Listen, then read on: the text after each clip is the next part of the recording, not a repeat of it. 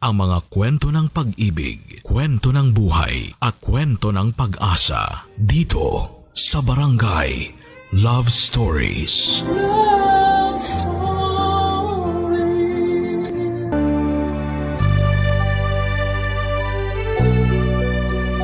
Baka naman pagdating mo sa Manila mag-girlfriend ka kagad, naka? Nay, hindi naman po pagka-girlfriend ang ipupunta ko ron. Pag-aaral po tsaka pagtatrabaho. Naninigurado lang ako. Ang kinakatakot ko kasi baka isang araw, umuwi ka na lang dito sa atin habang umiiyak tapos basang-basa ng ulan. Sabay hingi ng tawad sa amin ng tatay mo kasi nakabuntis ka na dun sa Manila. Lakas makateleserye niyan, Nay ah. Masyado namang dramatic, ate. Dramatic ba yon? Kalimitan gano'n naman talaga ang mga eksena. Oo nga, pero ang OA nung basang-basa sa ulan, ano yan, parang katulad sa mga pelikula? Pwede rin. Kahit kailan puro ka talaga kalokohan. Hoy, baka nakakalimutan mo ako ang ate sa ating dalawa. Kung makapagsalita ka dyan na puro ako kalokohan. Bakit hindi ba? Tsaka hindi ko naman nakakalimutan na ikaw ang ate sa ating dalawa, pero kalmahan mo lang, okay? Hindi ko naman pababayaan si Prince doon. Akong bahala sa anak mo. Salamat kung ganon. Basta anak, huwag kang mabubuntis doon ha. Bata ka pa Huwag mo akong tularan na sa edad na 19 nagkaanak na. Mangako ka sa akin, huwag kang mabubuntis doon. Ay, pangako po. Buti na yung nagkakaintindihan. Para namang wala kang tiwala sa anak mo. Hindi naman kayo magkapareho nung kabataan mo. Kung ikaw magaslaw kumilos, ibahin mo si Prince na tahimik at mahiyain. Huwag mo nga akong ikumpara sa anak ko. Saka nagpapaalala lang ako bilang nanay niya. Ayoko na matulad siya sa akin na hindi na nasulit ang kabataan kasi nagkaanak na at nakisama sa tatay nila. Hoy, huwag ka nga magsalita ng ganyan. Ano ba pinagsasasabi mo? Naririnig ng anak mo yung mga sinasabi mo sa tatay nila, mahiya ka nga. Ay sus, alam naman niya ni Prince sa kanong kapatid niya Alam nila na galit ako sa tatay nila kasi binuntis ako ng maaga. Gustuhan mo rin naman na mabuntis ng maaga. Ano? Sino may sabi niyan? Sino pa ba? Malamang si nanay. Hay, yan talagang nanay natin. Hilig akong i-chismis. Hindi yung chismis kung totoo naman ang sinasabi niya. Tsaka baka nakakalimutan mo nandun din ako. Alam na alam ko ugali mo ng mga bata tayo. Hay, ewan ko sa'yo. Kaya ikaw, Prince, buti na lang talaga hindi ka nagmana rito sa nanay mo. Mabuti na lang po talaga. Para bawas-bawasan mo yung pagiging mahiyain mo, pagdating natin sa Maynila dapat bagong tao ka na. Anong pinagsasasabi mong dapat bagong tao na yung anak ko? Ang ibig kong sabihin, dapat maging confident si Prince sa sarili niya. Iwanan na lang niya yung hiya niya rito sa Pangasinan. Sinasabi mo ba na makakapal mukha ng mga tao sa Maynila? Siyempre hindi! Linawin mo kasi. Nay, naiintindihan ko naman po yung ibig sabihin ni tita. Ang lagay kasi, hindi ko lang po mapigilan na matakot, lalo na probinsyano ako. Hindi naman inaalipusta ng mga taga Manila ang mga probinsyano Tsaka kasama mo ko ron, pati na rin yung mga pinsan mo. Hindi ka mapapano doon kaya huwag ka nang matakot. Salamat po, tita. Walang anuman. Yun naman pala Ayos na, wala nang problema. Magpakalalaki ka lang, nak. Magiging maayos ka doon.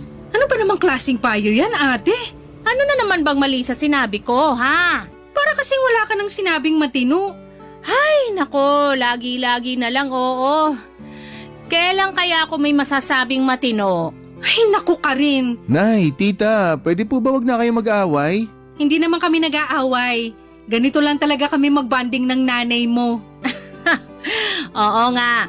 Kahit nung maliliit pa kami, ganito na talaga kami. Masyado kasing kontrabulati ang tiya mo sa lahat ng mga sinasabi ko. Kontrabulati ka dyan.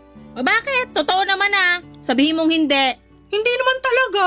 Ay sus! Lokohin mo na ang lasing, wag lang ako. Papadudot pangarap ko na talagang magtrabaho sa barko at malibot ang buong mundo. Pero mahirap lang ang pamilya namin. Magsasaka ang tatay ko sa bukid na hindi namin pag-aari.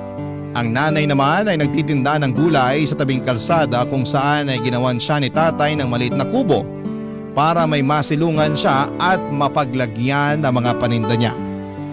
Meron akong nakababatang kapatid na babae na delay mag-isip. Kaya nga maaga rin akong namulat sa realidad ng buhay at nag-aasam na isang araw ay maiaahon ko sa kahirapan ang pamilya namin. Kinatagalan ay naging maayos naman ang paninirahan ko sa Maynila kasama ang pamilya ng tiyahin ko. Nung una ilang lamang ako sa mga pinsan ko kasi tahimik at seryoso akong tao.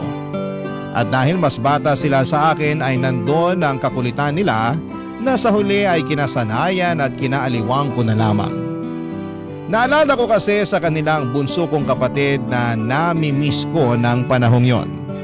Habang nagpapatuloy ang pag-working student ko sa Manila, ay mabilis na lumipas ang 5 buwan. Hanggang sa may nabalitaan ako mula sa lola ko na nangyari sa nanay namin sa probinsya Papadudut.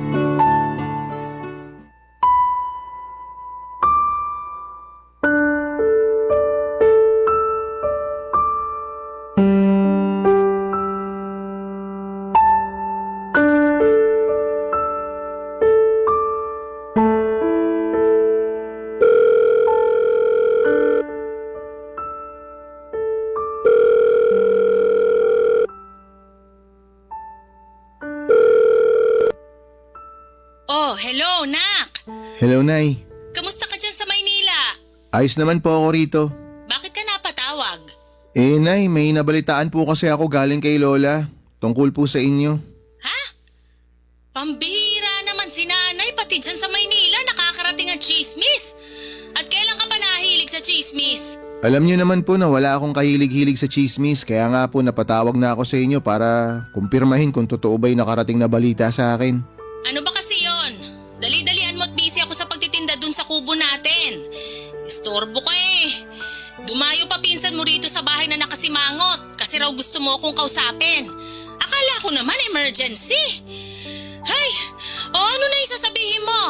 Totoo po ba, Nay, na sumayaw-sayaw daw kayo sa harap ng mga construction worker na gumagawa ng bahay malapit dyan sa atin?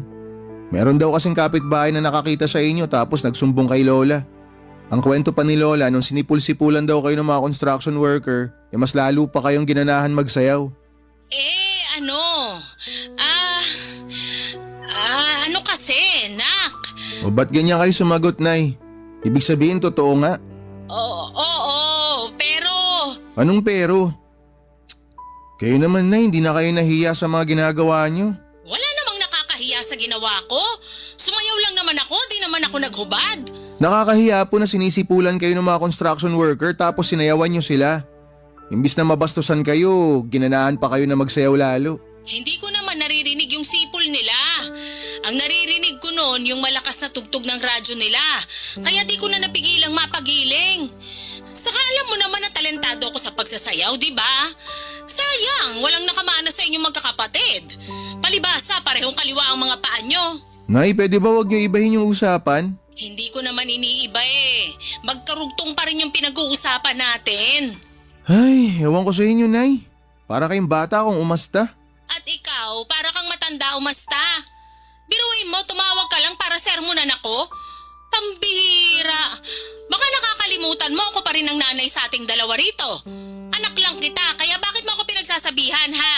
Nag-aalala lang naman ako sa inyo, Nay, kaya ako kayo pinagsasabihan ng ganito. Ayoko lang na mabastos kayo ng kung sino-sinong lalaki dyan sa atin. Walang nambabastos sa akin dito, no? Subukan lang nila kung di ko sila sinuntok sa mga mata nila. Naku, papangahan ko rin sila at aapakan ko pagkalalaki nila. Mabuti na po yung nagkakaintindihan tayo. Aba, talaga namang nanay mo ako, ha? Huwag mo na ako ulit tatawagan kung ganyan lang sasabihin mo. Kahit na concerned ka pa sa akin, sinasabi ko sa'yo, matanda na ako para malaman ang tama at mali. At sa pagkakaalam ko, walang mali sa ginawa ko. Kung natuwa sa akin yung mga construction worker at napasipol pa sa sayaw ko, edi mabuti. At least naaliw ko sila. Nakapagbigay saya tong nanay mo. Kung ganong klase ng pagpapasaya po yung sinasabi nyo, mabuti pa wag na lang. Ikaw naman, masyado kang konserbatibo. Dapat nga po kayo yung mas konserbatibo sa akin dahil babae kayo, nanay pa kayo. Hindi lahat ng babae konserbatibo, no? Ibahin mo ako kasi hindi ako ganon. Saka, naiinis na ako, ha? Wala na ba tayong ibang pag-uusapan kundi yan tungkol sa sumbong sa'yo ng lola mo? Kasi kung oo, abay sinasayang mo lang Ay, sorry po, Nay. Sorry ka dyan. Sa susunod mag-isip ka muna bago ka tumawag dito sa atin. Lalo na kung hindi naman pagkakakitaan yung sasabihin mo. Alam mo namang mas mahalaga ngayon ng pera lalo't nagigipit na kami rito. Po? Di ba kapapadala ko lang sa inyo nung nakaraang linggo? Magkano lang ba yon? Sige nga. Akala mo sandamakmak yung pinadala mo kung makapagtanong ka ng ganyan. Sa susunod, pwede bang laki-lakihan mo naman padala mo, nak? Nay, alam niyo naman na part-time lang ako dito, di ba? Yung sumusobra lang po sa sahod ko, yung kaya kong ipadala sa inyo. Ay, kaya nga wag mo nang sayangin ang oras ko dahil kailangan ko pang magtinda doon. Sige na, ibababa ko na to. Masyado ka madaldal. Kaloka kang bata ka.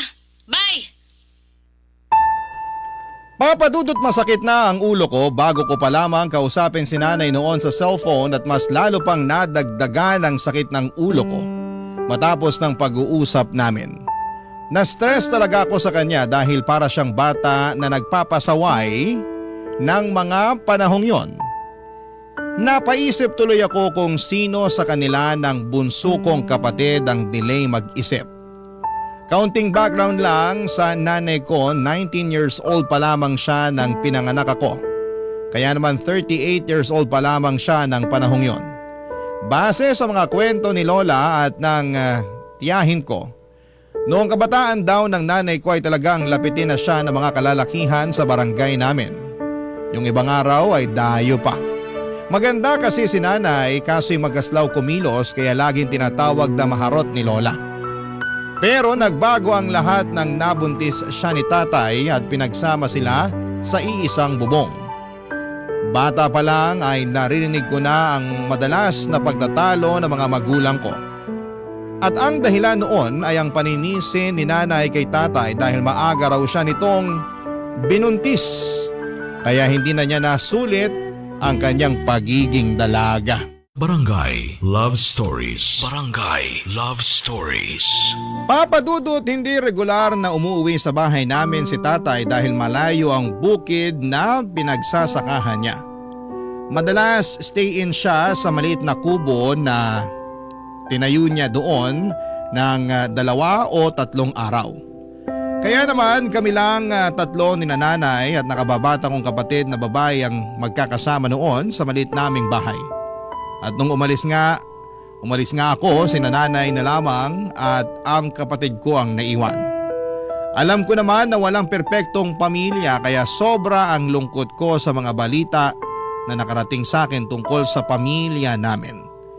Bukod kasi sa nauna na naming pinagtalunan ni nanay sa cellphone ay may nalaman pa ako mula kina Lola na dahilan kung bakit nagngingit-ngit ako sa galit ng panahon na yon. Nakarating din kasi sa kaalaman ko na hinahayaan lang daw ng nanay namin na mag-boyfriend ang kapatid ko kahit na minor de edad pa lamang siya. Bilang kuya, nagwo-worry ako ng husto para sa nakababata kong kapatid kaya nga tinawagan ko ulit si nanay para kumprontahin at tanungin tungkol sa iba pang balita na nakarating sa akin, Papadudot.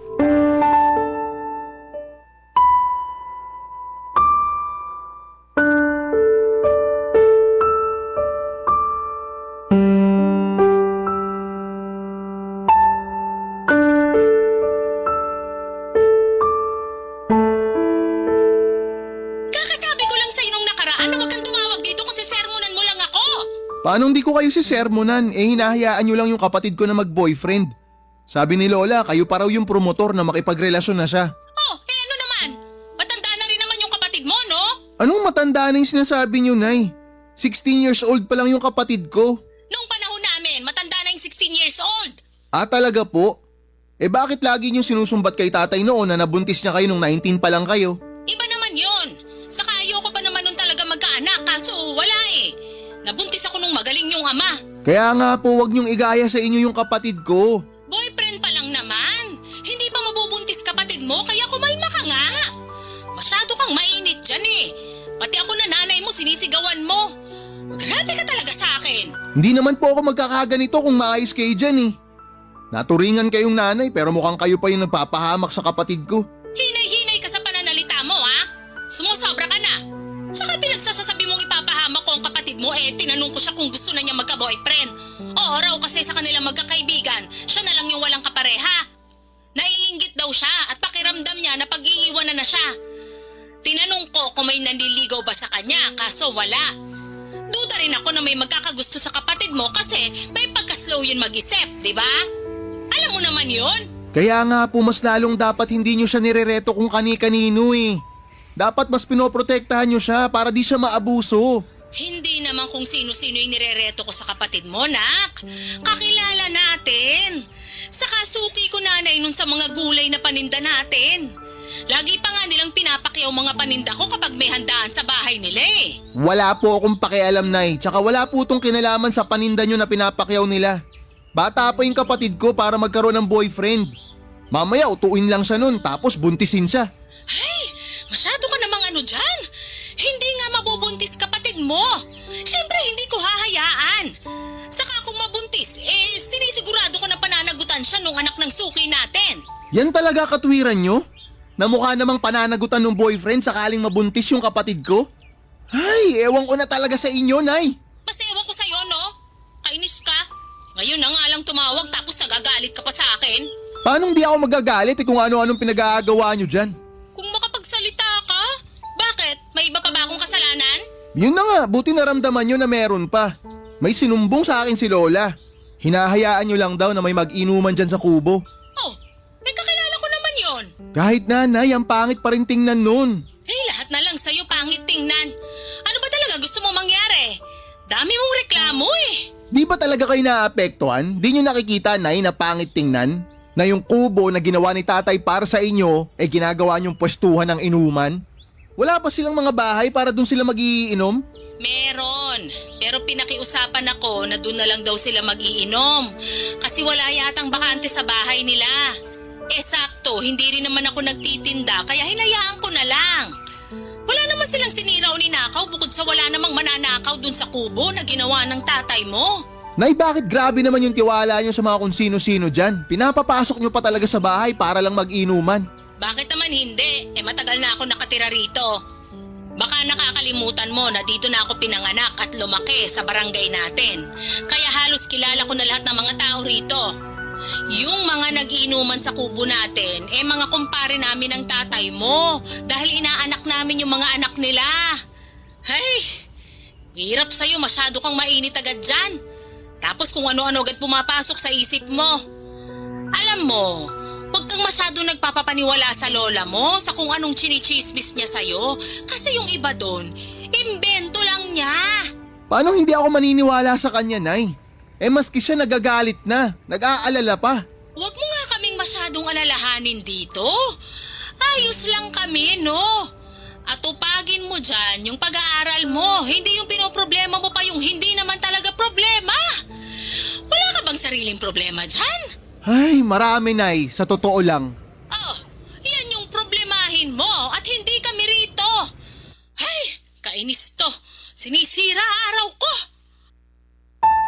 Papa Dudut, hindi ako ganon kakumbinsido sa mga katuwiran ni nanay pero tulad nga ng sinabi niya, dapat ay hindi ko na sila masyadong pinoproblema sa probinsya. Totoo rin naman dahil apektado ako sa mga nalaman kong balita tungkol sa kanila.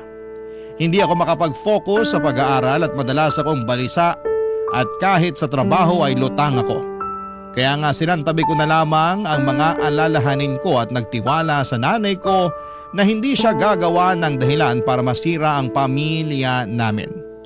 Nagpatuloy po ako sa pag-aaral habang nagtatrabaho. Hindi ko rin nakalimutan kumustahin ang pamilya ko sa probinsya, lalo na ang kapatid ko. At kahit na malayo kami sa isa't isa ay palagi ko pa rin siyang pinagsasabihan sa abot ng aking makakaya. Ayoko kasing mapariwara siya. Tuwing bakasyon ay umuwi ako sa amin sa Pangasinan ng ilang araw bago ako bumalik sa Maynila para ipagpatuloy ang pagtatrabaho. Pamahal kasi ng pamahal ang pag-aaral ko habang tumatagal, kaya kailangan kong makapag-ipon.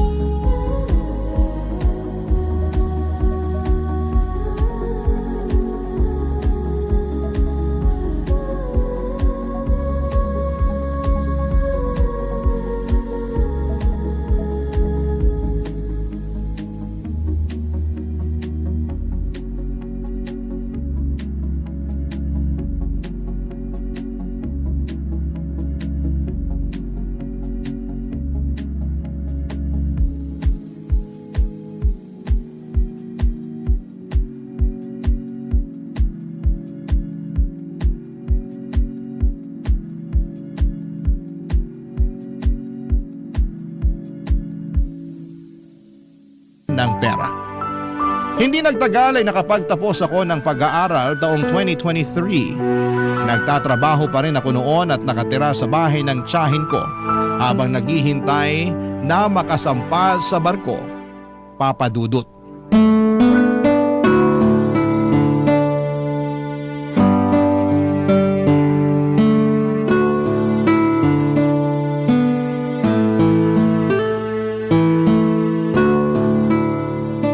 Pasensya ka na, Prince, kasi hindi pa natutuloy yung sampa mo sa barko. Nagka-problema kasi yung kakilala ko kaya hindi ka pa may lakad sa agency nila.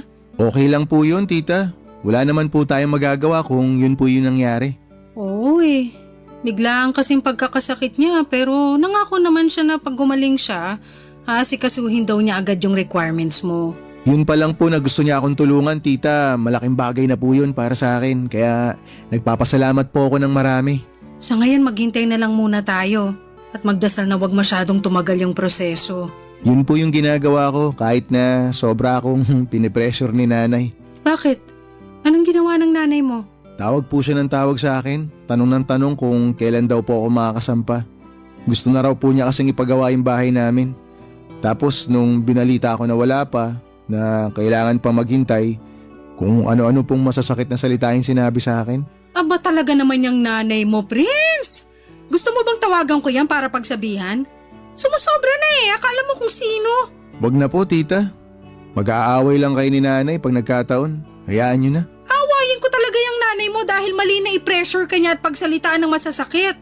Pero naisip ko po na tama rin naman po yung mga sinabi niya. Bakit? Ano bang sinabi niya? Na mahina raw po ako dumiskarte kaya po ako napag-iiwanan. Ang layo na po ng usad ng mga kaklase ko eh. Nabanggit ko kasi na yung ibang mga kabatch ko nakasampa na ng barko. Sira ulo pala yung nanay mo eh. Halatang walang alam sa mundo. Kalmahan niyo lang po muna, tita. Tsaka may kiusap po sana ako na wag naman po kayo magsalita ng ganyan tungkol kay nanay. Sorry pero nakakainis eh. Akala niya siguro napakadali ng kalakaran sa pagsampa ng barko. Bakit hindi niya muna alamin bago kanya pagsalitaan ng ganyan? Kapi ko na babae, naku! Baka desperado lang po talaga siya na mapagawa yung bahay namin. Nung nakaraan po kasi nagreklamo siya na grabe na raw po yung tulo ng bubungan. Hindi na kaya ng mga panapal na ginagamit ni tatay. Kailangan na raw po talagang palitan. Tsaka tita, alam niyo naman po 'di ba na pangarap ko po talaga na maipaayos yung bahay namin. Oo naman. Bata ka palang nakita ko na sa'yo na determinado kang umasenso sa buhay. Kaya nga hindi na ako nagdalawang isip na tulungan ka noon. Pero kalmahan mo lang. Huwag ka masyadong gigil kasi kadalasan pag nagmamadali ang isang tao, madalas dun pa nagkakamali. Tsaka ilang buwan pa lang naman ang nakakalipas simula nakagraduate ka. Kahit paano may kinikita ka naman dun sa trabaho mo. Naniniwala ako na ang oportunidad ay nandyan lang sa malapit. Hindi ka malalagpasan nun. Salamat po talaga, tita. Gumaan po yung pakiramdam ko dahil sa mga sinabi niyo. Walang anuman. Basta maniwala ka lang sa mga sinabi ko kasi kahit paano dumaan din ako dyan. Talaga po? Oo. Mahilig kasi akong magmadali sa buhay. Sabi nga ng lola mo, masyado raw akong padalos-dalos mag-isip at magdesisyon.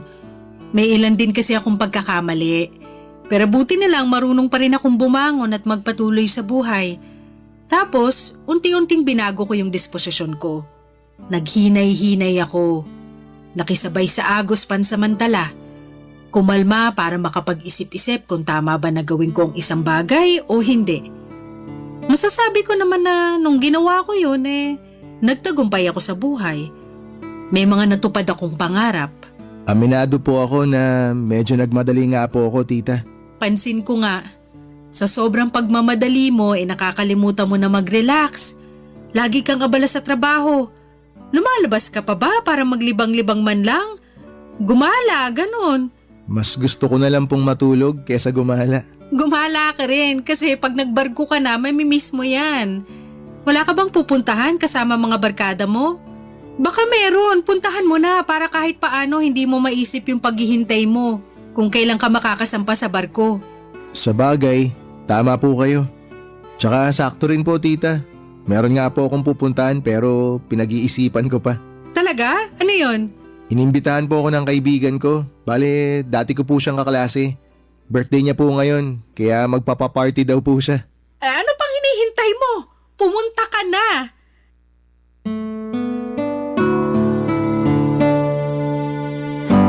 Papadudot na lungkot talaga ako noong hindi natuloy ang pagsampa ko sa barko, pero buti na lamang at dinamayan ako ng tiyahin ko. Malaki ang utang na loob ko sa kanya dahil siya na ang tumayong magulang ko habang nasa Maynila at nag-aaral pa lamang ako noon. At kahit nag-graduate na ako ay hindi pa rin siya napagod na tulungan ako. Kaya nga sinabi ko sa sarili ko na balang araw ay ibabalik ko ang mabubuti niyang ginawa sa akin. Habang naghihintay kung kailan ako makakasampa ay sinunod ko ang payo ng tiyahin ko na maglibang muna at pumunta sa naturang birthday party ng kaibigan at dati kong kaklase sa college. Sa naturang party na yon ay nakilala ko ang pinsan niyang babae na aminado akong nagustuhan ko kagad sa unang pagkikita pa lamang namin. Hindi nagtagal ay niligawan ko siya at makaraan ng 2 buwan ay sinagot na niya ako. Masaya ako dahil nagkaroon ako ng inspirasyon para magpatuloy at magsumikap sa buhay, Papa Dudut. Barangay Love Stories. Barangay Love Stories. Papa Dudut, mas matanda sa akin ang 3 taon ng girlfriend ko. Bali 27 years old na siya ng panahong yon at single mother. Isa rin siyang teacher kaya labis ang respeto ko sa kanya bukod sa mag-isa niyang tinataguyod ang 2 niyang anak. Kung tatanungin ninyo ako kung issue ba sa akin ang pagiging single mother niya ay hindi ang sagot ko. Mahal ko ang girlfriend ko at umahanga ako sa kanya kaya naman pinagmamalaki ko siya. Pinakilala ko siya sa tiyahin ko na masayang masaya sa unang beses pa lamang ng pagkikita nila.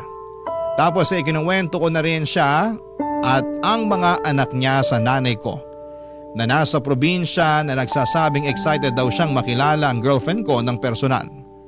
Kaya nga noong taon ding yon ng 2023 ay umuwi kami ng girlfriend ko sa Pangasinan kasama ang 2 niyang anak upang maipakilala ko na siya sa pamilya ko doon.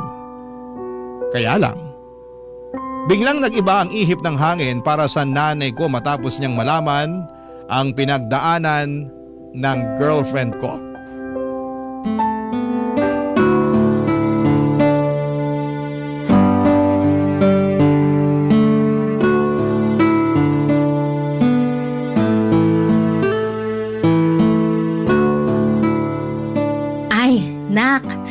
Lika muna dito sa kusina. Mag-usap muna tayo. Tungkol saan po yung pag-uusapan natin, Nay? Dyan sa girlfriend mo. Ilang taon na nga ba uli siya? Sorry nag-uulyanin na yata ako. 27 na po siya. 3 taon pala tanda sa'yo. Tapos may 2 ng anak? Opo. Yun lang. Bakit, Nay? May problema po ba doon? Wala. Pero nagulat lang ako. Saan po kayo nagulat? Na meron na po siyang mga anak? Oo. Pero di po ba nabanggit ko naman na po sa inyo na single mom siya? Oo nga. Pero anong magagawa ko kung nagulat pa rin ako? Sa kakala ko nagbibiro ka lang pero totoo pala. Bakit naman po ako magbibiro tungkol sa bagay na yun? Kaya nga pero... Bakit siya pa? Po? Sabi ko, bakit siya pa? Bakit yung ganyang babae pa yung ginawa mong girlfriend 2 na pala anak niya at sa magkaibang lalaki pa? Ano ba namang klaseng babae yan? Napakadisgrasyada! Nay, sandali, maghinay-hinay naman kayo sa mga sinasabi niyo tungkol sa girlfriend ko. At bakit ko gagawin yon? Kanina pa nga ako nagtitimpi na sabihan siyang malandi. Hindi po siya malandi. Disente po siyang tao. Hindi niya pinababayaan yung mga anak niya.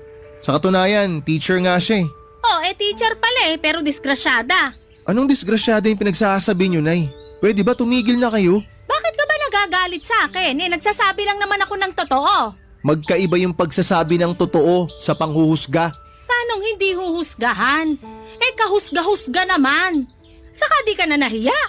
Sa dinami-dami ng babaeng liligawan mo, sa kanya pa talaga?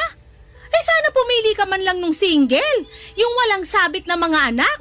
Bata-bata mo pa naging instant tatay ka na sa mga anak ng babaeng yan. Hindi naman po issue sa akin yung mga anak ng girlfriend ko eh. Mahal ko po sila na parang mga anak ko. Hay, tigilan mo nga ako. Kakasabi ko pa lang ng bata-bata mo pa para magkaanak. Di na ako bata, Nay. 24 years old na ako. Bata pa rin yon. Saka magtatrabaho ka pa eh. Hindi mo pa nga na-enjoy yung kikitain mo, meron ka ng susustentuhan? Wala akong susustentuhan, Nay. May sariling trabaho yung girlfriend ko. Di siya umaasa sa akin. Ngayon lang yan. Pero tingnan mo pag nakasampa ka na sa barko. Sigurado makikipag-agawan na yan sa amin sa kikitain mo. Yan lang ba ang tingin nyo sa akin, Nay? Sa totoo lang, Nay, yung nararamdaman ko, parang inaantay nyo lang na magpadala ako ng pera sa inyo eh. Parang lagi lang kayo nakaabang dun sa araw ng sahod ko. Responsibilidad mo naman talaga kami ah. Saka nangako ka sa amin na kapag nakapagtapos ka na ng pag-aaral at nakasampa sa barko, uunahin mo yung pamilya natin. Yun naman ang ginagawa ko ah. Di ko naman nakakalimutan yung responsibilidad ko na sinasabi nyo. Dapat lang. Basta, kahit na anong sabihin mo, ayoko dyan sa girlfriend mo. Hindi ko siya matatanggap dahil meron siyang mga anak sa labas. Wala akong pakialam kung teacher pa siya o ano, basta nakakahiya siya. Magpabuntis ba naman sa dalawang lalaki? Gusto mo bang pagchismisan tayo sa buong barangay natin dahil sa babaeng yan? Bigyan mo naman ng kahihiyan ng pamilya natin. Ah, talaga, Nay? Gusto nyo pag-usapan yung kahihiyan? Sige. Sa pagkakaalam ko, wala akong ginagawa masama para mapahiya yung pamilya natin. Tsaka kumpara sa ating dalawa, kayo ang may pinakamaraming kahihiyan na ginawa. Sumusobra ka na talaga ha? Kayo ang sumusobra. Nauna kayong kausapin ako ng ganyan eh. Hindi ko nagustuhan yung mga pinagsasabi nyo kaya sumagot ako. Tas ganyan yung mararamdaman nyo. Hindi naman ako magsasalita ng ganito kung tinikom nyo lang sana yung bibig nyo eh. Akala nyo kasi kung sino kayong santo. Hindi naman din kayo perpekto. Yan siguro natutunan mo dun sa paninirahan mo sa Maynila, no? Ang sagot-sagutin ako! Siguro kung may natutunan ako doon, Nay, yun yung hindi palagpasin yung pangit yung ugali. Ang tandaan nyo na hindi pa gumaganda yung asal nyo. Anong sabi mo? Sumusobra ka na talaga, ha? Papadudot na galit ako kay nanay matapos niyang tawagin na disgrasyada ang girlfriend ko. Hindi ko kasi yon inaasahan kaya nadismaya ako ng husto sa kanya. Alam ko na concern lamang siya sa akin pero hindi na ako bata para hindi malaman ang mga ginagawa ko. Bago kami pumasok sa relasyon ng girlfriend ko ay inamin na niya sa akin na nagkaroon siya ng anak sa magkaibang lalaki noong nag-aaral pa lamang siya. Tinanggap ko yon at hindi yon naging issue sa akin kasi mahal ko siya. Dahil sa nangyari ay lumayo ang loob ko kay nanay lalo na noong nakabalik na kami sa Maynila. Kahit natutol siya ay nag-live-in pa rin kami ng girlfriend ko. Hindi nagtagal ay nakasampa na ako sa barko sa tulong ng pamilya ng girlfriend ko. Papadudot masayang masaya ako noon dahil sa wakas ay unti-unti ko nang matutupad ang mga pangarap ko sa buhay. Habang nasa barko ay may mga pagkakataon na kapag nasa remote area kami ay wala talagang signal. Kaya nga lumilipas ang ilang araw na hindi ako nakakatawag sa mga mahal ko sa buhay na nasa Pilipinas. Pero tinitiis ko yon dahil determinado ako sa ginagawa ko. 6 na buwan ang nagdaan, nakatanggap ako ng tawag mula sa tiyahin ko na magiging dahilan upang gumuho ang aking mundo, papadudot.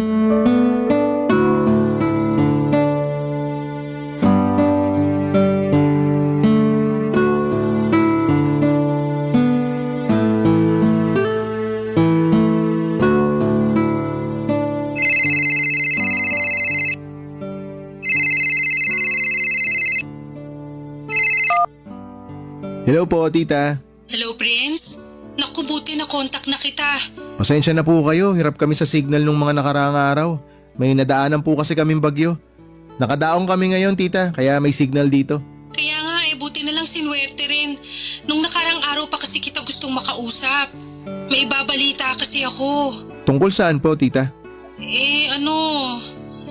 Si tita naman, sabihin nyo na, ano po ba yun? Tungkol sa nanay mo. Ano pong meron sa nanay ko? May nangyari po ba? Meron siyang kagagahan na ginawa pero kami-kami lang ang nakakaalam. Hindi to alam ng tatay mo kaya sana kumalma ka lang muna ha. Tita, hindi ko po maipapangako nakakalma ako. Depende po yan sa sasabihin nyo. Pasensya ka na, problema agad ang pumungad sa'yo. Pero naisip ko kailangan mo kasi itong malaman. Kaya nga po sabihin nyo na, tita, ano po bang ginawa ni nanay? Nahuli kasi siya ng lola mo na may kinakalantaring iba dun sa kubo nyo na pinaglalagyan ng panindan yung gulay. Namukhaan daw ng lola mo yung lalaki at hindi yun yung tatay nyo. Ha? Sino po yung lalaki, tita? Suki ng nanay mo, yung kumpare niya, Kuno. Sigurado po ba kayo dyan? Baka naman po namalikmata lang si Lola. Hindi lang daw niya kasi isang beses nahuli na may milagrong ginagawa doon pa mismo sa kubo sa kalaliman ng gabi. Mga 3 beses na raw. Syempre wala dyan yung tatay niyo, di ba? Kaya ayun, malayang nagagawa ng nanay niyo yung gusto niyang gawin. Hindi ko akalain na magagawa yan ni nanay. Hindi na siya nahiya. Pero hindi lang yun ang nangyari na dapat mong malaman kasi meron pa na sa tingin ko mas malaking problema eh. Ano po yung mas malaking problema na yan, tita? Buntis ang nanay mo. Buntis siya? At naniniwala kami ng lola mo na hindi sa tatay mo yung bata sa sinapupunan niya. Kasi pinaako ni ate sa tatay niyo yung bata. At sinabi niya na anak nila yon kahit hindi. Kaya nga ang alam ng tatay niyo nabuntis niya ang nanay niyo. Tita, hindi ako makapaniwala na magagawa ni nanay yun kay tatay. Na magagawa niya yun sa pamilya namin. Nakakahiya. Ako nga rin eh. Hindi ko lubos maisip paano niya nasikmura na magpagalaw sa iba may asawa siyang tao. Sorry kung ngayon ko lang sinabi sa'yo. Sumitsyempo pa kasi ako eh. Baka kasi pag uwi mo rito magulat ka na lang bigla na may kapatid ka na nang wala sa oras. Tapos nito lang din sinabi sa akin ni nanay yung totoo. Sinubukan daw niyang itago matapos siyang pakiusapan ni ate na huwag magsusumbong sa tatay niyo. Kinumpronta kasi siya ni nanay at pinaamin sa kasalanan niya. Kaya nagkaaminan sila. Hindi lang daw talaga kinaya ng konsensya ng lola mo na pagtakpan ng nanay niyo. Kaya sinabi niya sa akin. Ako naman sinabi ko sa'yo. Hindi ko po alam kung ano sasabihin, tita. Gulat na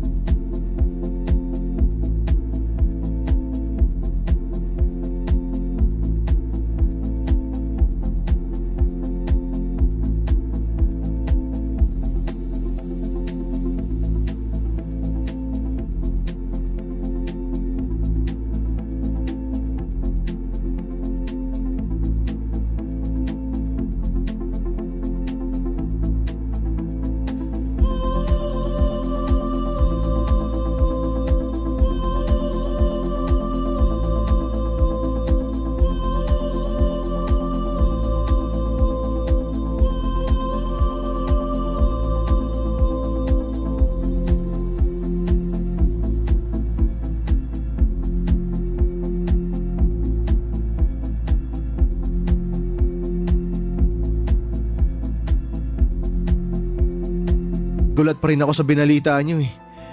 Parang hindi pa siya napoproseso ng utak ko. Ang bilis kasi ng mga pangyayari. Pasensya ka na kung binigyan pa kita ng alalahanin dyan sa barko. Sana pala tinikom ko na lang yung bibig ko. Hindi, ayos lang po yun, tita. Mabuti nga po at naglakas kayo ng loob na sabihin sa akin eh. Mas maganda po talaga na nalaman ko na kung ano yung totoo. Para hindi ako mukhang tanga pag uwi ko dyan. Napapaniwalain nila ako na anak nila ni tatay yung dinadala niya. Hindi ko rin alam kung anong pumasok sa isip ni ate. Kung bakit siya nagkaganon. Kung kailan siya tumanda tsaka siya gumawa ng mga bagay na ganyan. Buong akala namin ng lola niyo natuto na siya sa mga karanasan niya pero mukhang hindi pa rin pala. Papadudot pagkatapos ng pag-uusap naming yon ng tiyahin ko ay hindi ko na napigilang mapahagulhol dahil sa sama ng loob sa nanay ko. Paulit-ulit ko siyang tinatanong sa isipan ko kung bakit niya nagawa sa pamilya namin ang ganong klase ng bagay. Hindi na ba niya mahal si tatay? Hindi na ba niya kami mahal ng kapatid ko kasi kung mahal niya kami ay magpapakatino siya?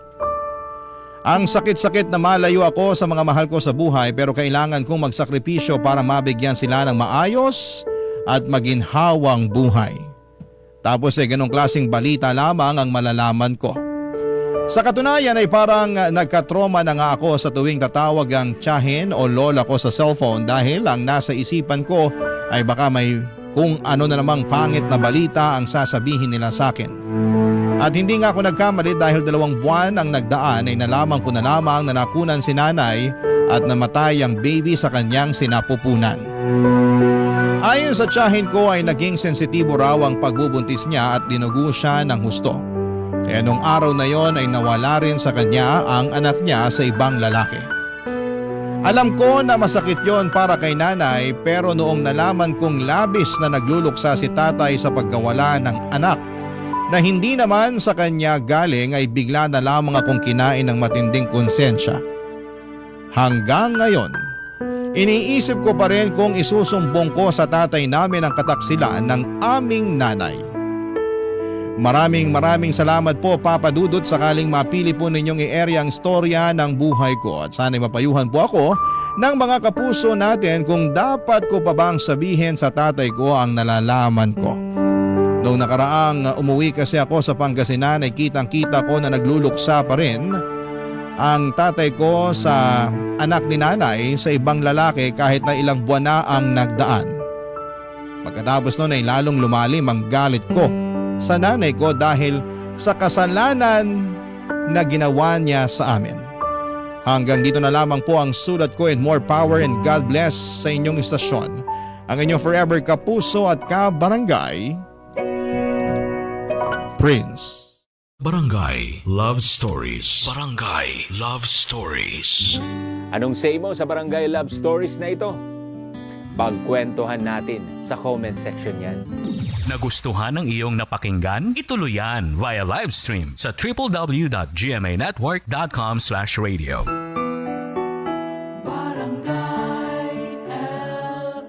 In Mega Manila, 97.1. Forever.